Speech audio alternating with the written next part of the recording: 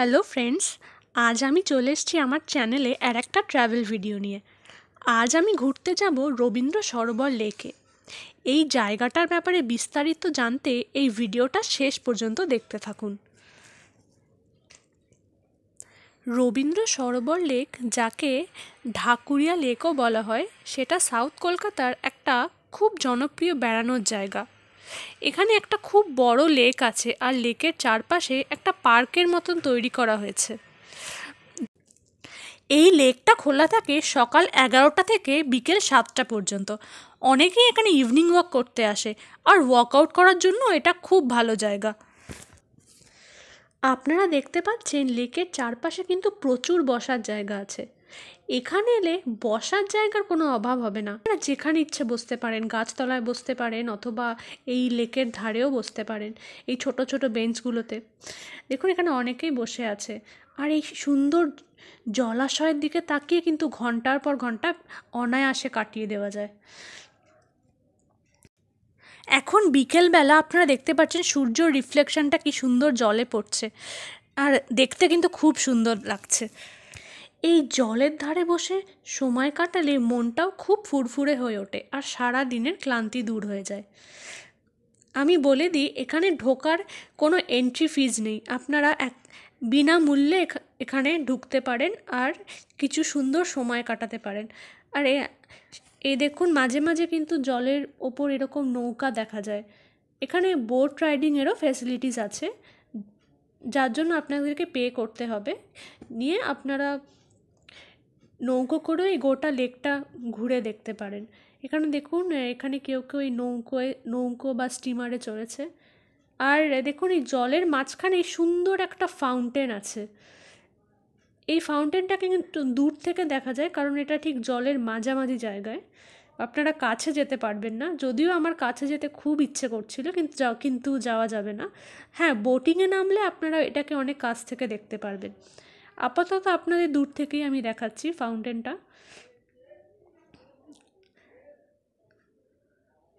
দেখুন এই ফাউন্টেনটার অপোজিটেই একটা সুন্দর বেঞ্চের মতন বসার জায়গা আছে। কেউ এখানে বসে লেখাপড়া করছে, কেউ আবার আড্ডা মারছে। ফাউন্টেনটার ঠিক সামনে এই জায়গাটায় বসলে আপনারা ফাউন্টেনটা সোজা সামনাসামনি দেখতে পাবেন। আর সেদিনকে জলের ভেতর এই সুন্দর ছোট্ট ছোট্ট হাঁস দেখলাম আমি। তারা মনের আনন্দে জলে সাঁতার কাটছে।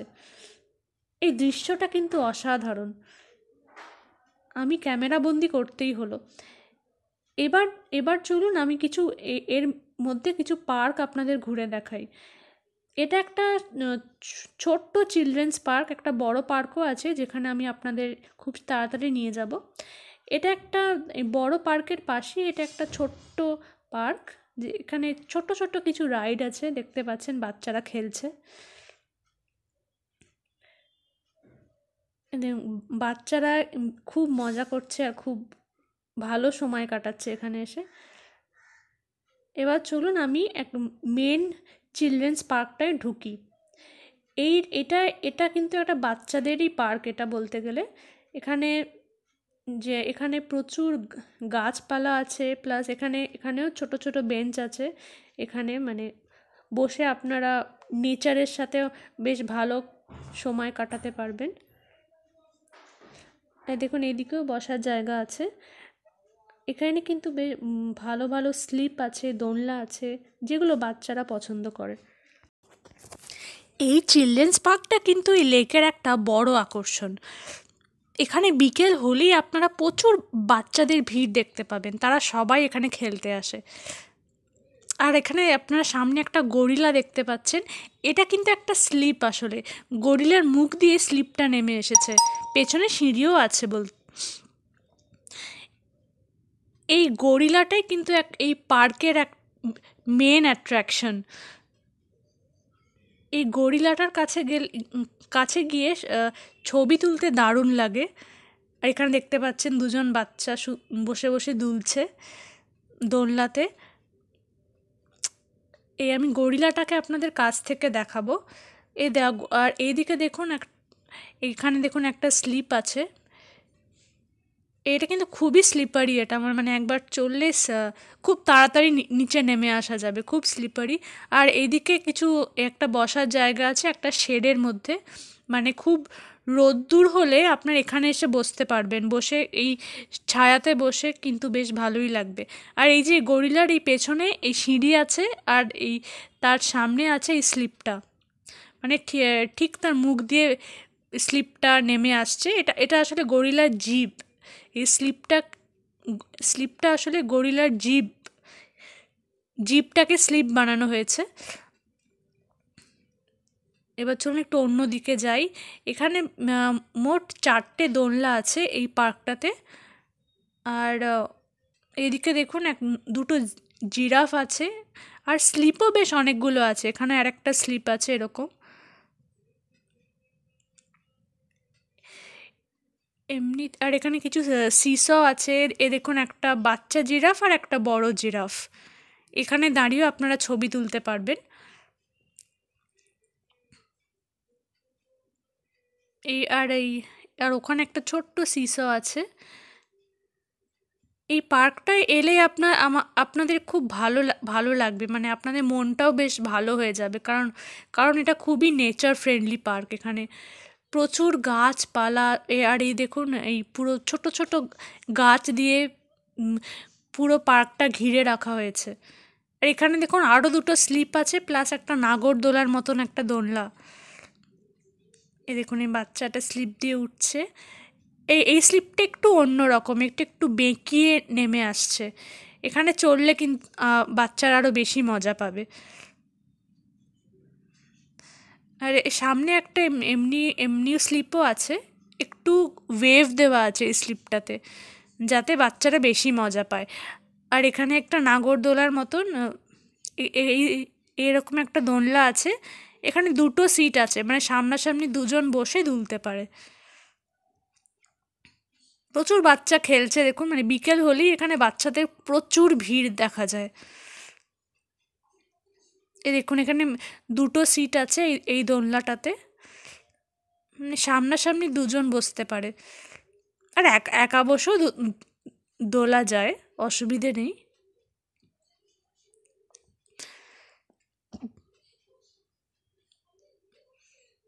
আর এখানে এখানে দেখুন এই একটা আছে, একটা সিস, এদিকে দোলনাও আছে, ওদিকে স্লিপ আছে। পার্কটা কিন্তু বেশ বড়। আর এটা এখানে ফাঁকা মাঠ আছে যেখানে বাচ্চারা খেলতে পারে, দৌড়োদৌড়ি করে খেলতে পারে বাচ্চারা।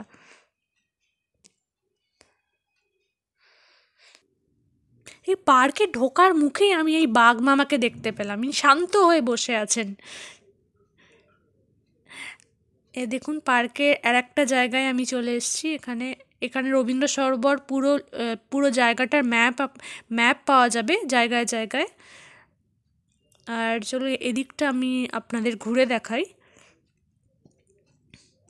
এ দেখুন এখানে একটা একটা সুন্দর মূর্তির মতন আছে। এখানে ইনি মাস্ক পরে আছেন, কারণ এটা করোনা ভাইরাসের একটা সিম্বল দেওয়া হয়েছে এখানে।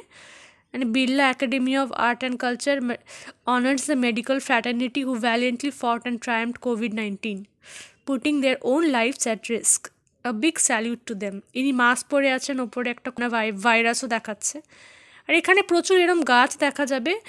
আর সেই গাছের নিচে গাছের নামটা লেখা আছে, প্লাস একটা কিউআর কোড আছে, যেটা স্ক্যান করলে গাছের সম্বন্ধে আপনারা সব তথ্য জানতে পারবেন। এখানে প্রচুর খেলার মাঠও আছে এখানে। মানে এখানে দেখুন এটা এই মাঠটা খুব বড়, যেখানে এরা সব দৌড়চ্ছে, খেলাধুলো হয়, ফুটবল খেলা হয়, প্লাস অন্য অনেক রকমের খেলা হয়। মাঝে মাঝে ম্যারাথনও হয়ে থাকে এখানে। আর তার উল্টো দিকে আরেকটা মাঠও আছে।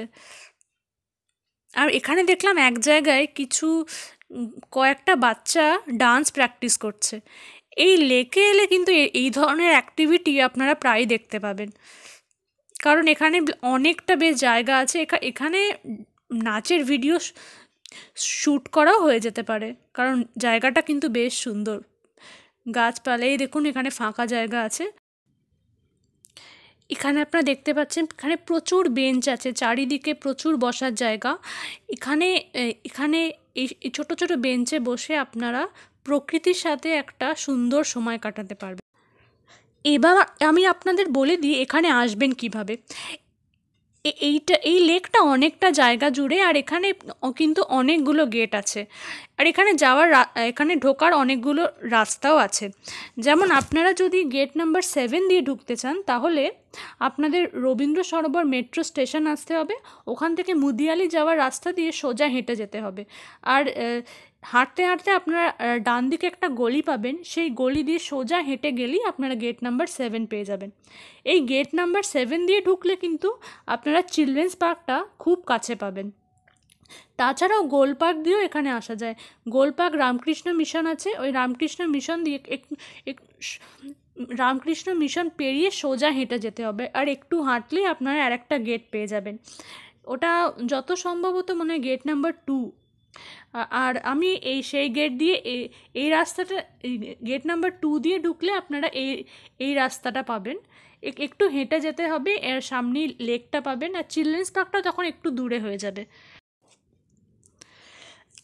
আর আমি আপনাদের বলে দিই যে যেই গেট দিয়ে আপনারা ঢুকুন না কেন, সব গেটেই কিন্তু সিকিউরিটি আছে যারা আপনাদের ব্যাগ চেক করবে। এখানে কিন্তু প্লাস্টিক নিয়ে ঢোকা নিষিদ্ধ, তাই আপনাদের ব্যাগে কোথাও যদি কোনো প্লাস্টিক থাকে সেটাকে গেটেই ফেলে দিয়ে আসতে হবে। আশা করি আপনাদের ভিডিওটা ভালো লেগেছে। ভালো লাগলে অবশ্যই একটা লাইক করবেন, আর প্লিজ আমার চ্যানেলটাকে সাবস্ক্রাইব করবেন, আর আমাকে এই চ্যানেলটা গ্রো করতে হেল্প করবেন। আবার দেখা হবে একটা নতুন ট্র্যাভেল ভিডিও নিয়ে। আজকের মতন টাটা।